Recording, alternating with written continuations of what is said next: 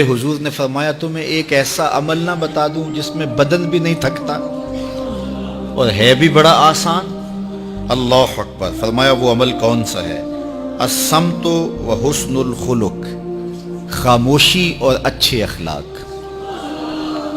زیادہ بولنے سے بہتر ہے خاموش رہو، خاموشی میں نجات بھی ہے، ثواب بھی ہے۔ زیادہ بولنے والا جھوٹ بھی بول لیتا ہے، زیادہ بولنے والا گالی گلوچ اور سب و شتم پر بھی اتر آتا ہے، زیادہ بولنے والا کسی کی پگڑی بھی اچھال دیتا ہے، زیادہ بولنے والا غیبت بھی کر لیتا ہے، زیادہ بولنے والا ایسا مزاح کر دیتا ہے جس سے کسی کو تکلیف پہنچے۔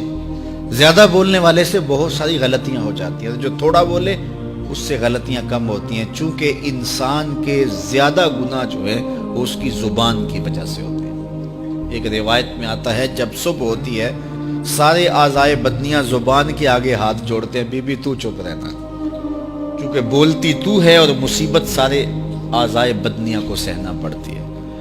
تو یہ زبان جو ہے اس کی وجہ سے زیادہ گناہ ہوتے ہیں، یا زبان کی وجہ سے، یا انسان کی عصمت کا جوہر جب لٹتا ہے تو پھر اس کے پلے کچھ نہیں رہتا۔ اس لیے میرے حضور نے ارشاد فرمایا جو تمہاری دو ٹانگوں کے درمیان اور جو دو جبڑوں کے درمیان زبان، ان دونوں کی مجھے تم ضمانت دے دو، میں محمد تمہیں جنت کی ضمانت دے دیتا ہوں۔ تو فرمایا کہ میں تمہیں ایسا عمل نہ بتا دوں کہ جو بہت ہی آسان ہے، اور وہ کیا ہے؟ الصمت، خاموشی، وحسن الخلق، اور دوسری بات اچھے اخلاق، رویوں کی خوبصورتی۔ کسی سے ملو تو ہنس کے ملو، کسی سے بات کرو تو لہجے میں نرمی ہو، کسی کی عزت آبرو کا خیال رکھو، بڑے کا احترام کرو، چھوٹے پر شفقت کرو، مخلوق خدا پر رحم کرو، اللہ کی مخلوق پر شفقت سے پیش آؤ، رسول کریم کی امت پر رحم کرو۔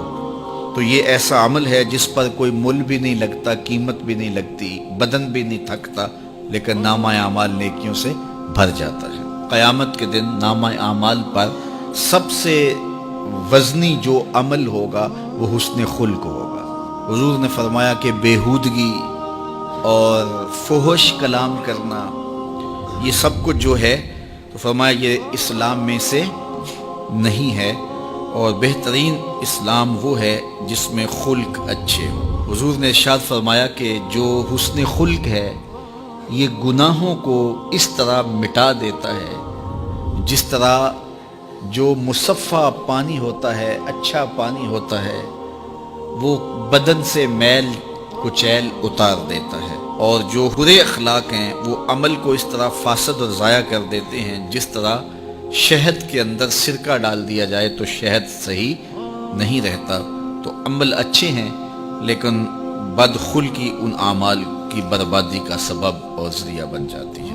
ہماری زبان جو ہے وہ ایسی خوبصورت باتوں سے مزین ہو کہ قیامت کے دن جب نامہ اعمال رکھا جائے تو حسن خلق کا وزن ہمارے گناہوں کو کم کر دے اور ہماری نیکیاں حسن خلق کی وجہ سے بلند اور بالا ہو۔ اللہ جل شانہ ہمیں معاملات کے اندر خوبصورتیاں نصیب فرمائے، رفق، نرمی نصیب کرے، معاف کر دینے کی توفیق نصیب کرے۔